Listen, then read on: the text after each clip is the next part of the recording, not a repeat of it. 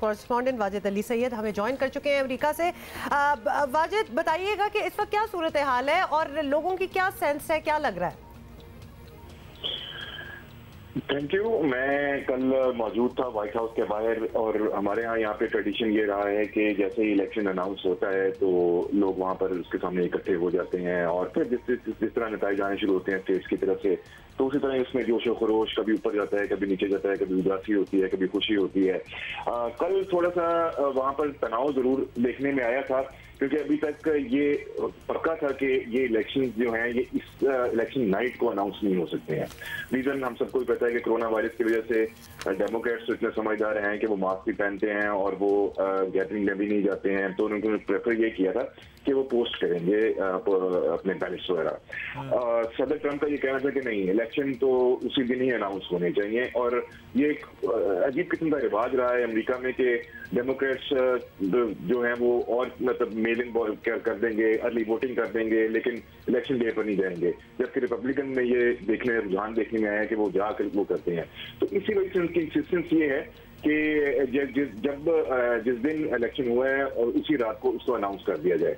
अच्छा, मजे की बात यह है कि अगर वो अनाउंस आज कर भी देंगे तब भी वो हार रहे हैं, लेकिन बहरहाल अब इसी वजह से जैसे जैसे अच्छा हाँ, एक और मैं बात इसमें बता दूं कि चूंकि रियासतों के अंदर ये भी होता है कि जिस दिन वोटिंग हुई है उस दिन उसको काउंट कर दिया जाएगा, लेकिन जो मेल इन बैलेट्स हैं या जो एब्सेंटी बैलेट्स हैं या और जो बैलेट्स आ रहे हैं उनको फिर अगले दिन, दूसरे दिन, तीसरे दिन काउंट किया जाता है। अभी इतनी बड़ी तादाद में मतलब हमने वो देखा है कि 100 मिलियन जो है ना वो अर्ली वोटिंग हुई है, रिकॉर्ड अर्ली वोटिंग हुई है। इस वजह से उसको टाइम लगेगा गिनती करने में। इसी वजह से लग ये रहा था कि पहले सारी टाइम एक्सपेक्ट करेंगे। अब तो ऑलमोस्ट 5 तारीख हो गई है, हमारी यहाँ तो 5 हो गई है, 4 की बात की जाती है। तो सवाल तो ये बनता है कि जितने वोट्स कास्ट हुए होंगे वो सारे काउंट तो होने चाहिए। So whether it takes 1 day और 4 डेज, अनाउंसमेंट तो उसके बाद ही होनी चाहिए। उसके बाद ही होगी ना, होना तो यही चाहिए। क्या कहेंगे वाजिद?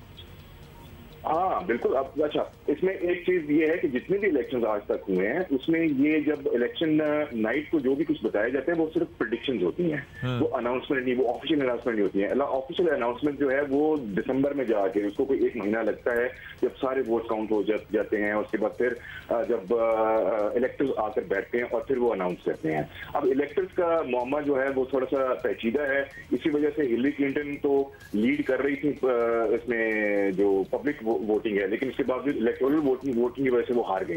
बिल्कुल वाजिद, यू आर राइट, क्योंकि हमने पहले भी पिछले कुछ नताइज जो हैं उनके हवाले से भी हमने अपडेट्स लोगों को दी थी कि क्या क्या इन द पास्ट हो चुका है। बहुत बहुत शुक्रिया हमसे बात करने का। अमेरिका का इंतखाबी निज़ाम समझना ना थोड़ा सा टेक्निकल भी है, पॉपुलर वोट्स भी होते हैं, उसके बाद रियासतों के वोट किस तरह से इलेक्टोरल कॉलेज का हिस्सा बनते हैं, वो सारी एक साइंस है जो हम जियो न्यूज़ आपको बताता रहा है, या मुख्तलिफ रिपोर्ट्स और पैकेजेस वगैरह आप देखते रहे हैं। अच्छा, इसी पे बात करते हैं। आदिल नजम साहब ने हमें ज्वाइन किया है, बॉस्टन से हमें ज्वाइन किया है। आदिल नजम साहब, 3rd को इलेक्शन स्टार्ट हुए, अब हमारे यहाँ तो 5 नवंबर हो चुका है। शुड वी इवन एक्सपेक्ट कि जो बिल्कुल हतमी नताइज जो हैं कि कौन जीता कौन हारा वो आज तक पता चल जाना चाहिए, या फिर पोस्टल बैलेट्स की वजह से इट कुड टेक डेज? देखिए, हतमी तो जनवरी में पता लगता है, जैसे वाजिद भी आपको बता रहे थे, लेकिन जो पता लग जाता है नवंबर में वो ये है कि एक अंदाजा भी हो जाता है और एक बात क्लियर हो जाती है, आपको पता लग जाता है कि अनऑफिशियल क्या है। उसके बाद हतमी आने में जो है वो पहले भी, ये कोई नई बात नहीं है, ये पोस्टल बैलेट भी कोई नई बात नहीं है, ये तो उनकी सिविल वॉर से हो रहा है। इस बार उसकी तादाद जरा ज्यादा है कोविड की वजह से, लेकिन जहां तक आपका सवाल है मेरे ख्याल में आज तो बिल्कुल नहीं पता लगेगा। जो अमेरिका का कल है या अमेरिका का जो जुमेरात है उसमें शायद इस वक्त इम्कान ये है कि जो नेवाडा का रिजल्ट है वो आ जाए। अगर नेवाडा का रिजल्ट आ जाए और एरिज़ोना भी अनाउंस हो जाए, क्योंकि आपने जब जिक्र किया कि एरिज़ोना अनाउंस हो गया, यहाँ अभी तक नहीं हुआ, और अगर दोनों जो फरीकैन हैं वो मान ले, जो लगता है कि नहीं मानेंगे, तो फिर एक फैसला हो जाएगा। लेकिन होता ये है कि जैसे आपने भी कहा कि ये एक, जिस तरह पाकिस्तान में भी होता है ना, एक चैनल कहता है कि जी हम प्रोजेक्ट कर रहे हैं कि फलाना जीत गया, ये इस वक्त वो प्रोजेक्शंस हैं। और आम हालतों में होता ही है कि जो कैंडिडेट होते हैं उनको भी नजर आ रहा होता है कि क्या हो रहा है, तो वो उसको खुद ही तस्लीम कर लेते हैं। जो हारने वाला होता है वो आके कहता है जी मैं कंसीड कर देता हूं, और वो फिर तकरीर कर लेते हैं और एक अपनी हाथ बांध लेता है और एक अपनी जीत का ऐलान कर देता है। आदिल साहब, ये फरमाइएगा, आपने कहा कि नताइज आ जाएं और दोनों उसको तस्लीम भी कर लें, तो ये दोनों तस्लीम कर लेने वाला जरा टेक्निकल पॉइंट है, क्योंकि ट्रंप जिस तरह का ट्रंप जिस तरह का मिजाज रखते हैं और ऑलरेडी उन्होंने मुख्तलिफ मौक़ों पे अब तक जो 24-48 घंटों में बातें की हैं, ट्वीट्स की हैं, उन्होंने तो रिजर्वेशंस अपने बज़ाहिर शो कर दी हैं बड़ा क्लियरली, उन्होंने, उनकी फैमिली ने, तो वो तो प्रॉबेबली तस्लीम नहीं करने वाले। जी बिल्कुल ऐसे ही है, क्योंकि ट्रंप साहब जो है वो ट्रंप साहब है। तो फर्क जो है वो मेरे ख्याल में इलेक्शन को इतना सनसनीखेज नहीं है, इलेक्शन ये बिल्कुल वैसे ही है जैसा पिछला था, बल्कि वो ज्यादा सनसनीखेज था क्योंकि ट्रंप जीत गए। उससे पिछला आपको अगर याद हो वो भी इतना ही था। अमेरिका इस किस्म का डिवाइडेड है क्योंकि 50 स्टेट्स हैं कि हर इलेक्शन इस तरह आखिर में होता है।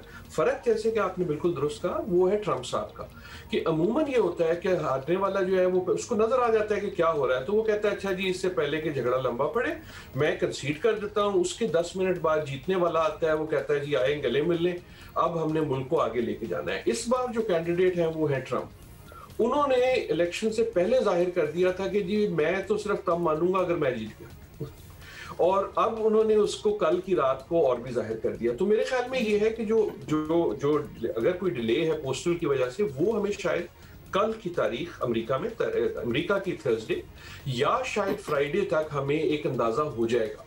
बिल्कुल डॉक्टर आदिल, बल्कि you are right and we agree, क्योंकि जितनी भी ट्वीट्स भी आपको पता है कि ट्रंप साहब बड़े आराम से कर देते होते हैं, तो वो उनकी बातों से तासुर यही आ रहा है कि जो भी आ जाए मैं मानूंगा नहीं। तो इसलिए हम पूछ रहे थे कि क्या रिजल्ट होगा क्या नहीं होगा।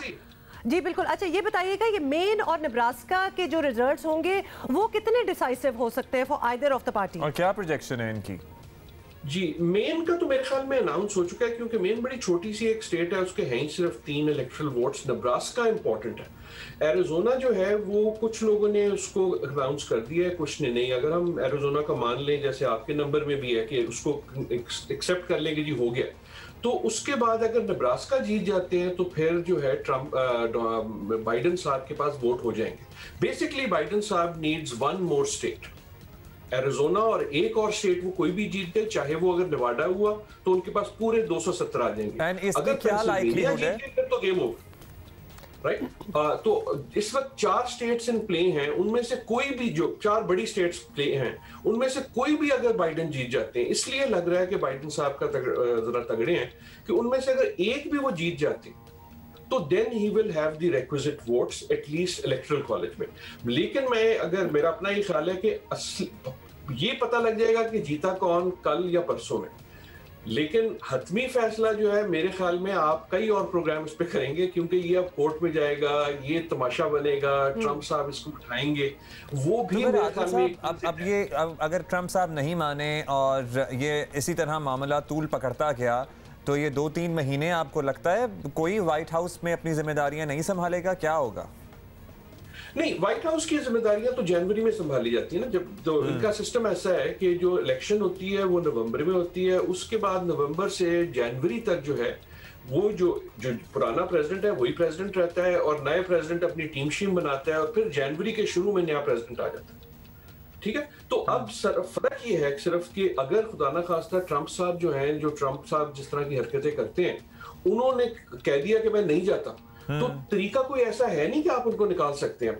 फिर गेम जो है हर मोड़ पे एक लीगल हो जाएगी और मेरे ख्याल में तमाशा बन जाएगा, और बन गया है। आई थिंक अलमिया ये है कि तमाशा बन गया। मेरे ख्याल में असली खबर जो है, अगर सीरियस में एक जुमला कह सकूं, वो ये है कि ये इलेक्शन चाहे बाइडेन जीते या ना जीते, अगर ना भी जीते और जीत भी जाए, असली जो फैसला हुआ है इसमें वो ये कि अमेरिका जितना डिवाइडेड था, जितनी बड़ी इसकी दरार थी, जितनी इसमें तोड़ फोड़ थी, it is a broken society. आज से 1 हफ्ते पहले जितना ब्रोकन था, अगले हफ्ते भी उतना ही ब्रोकन रहेगा।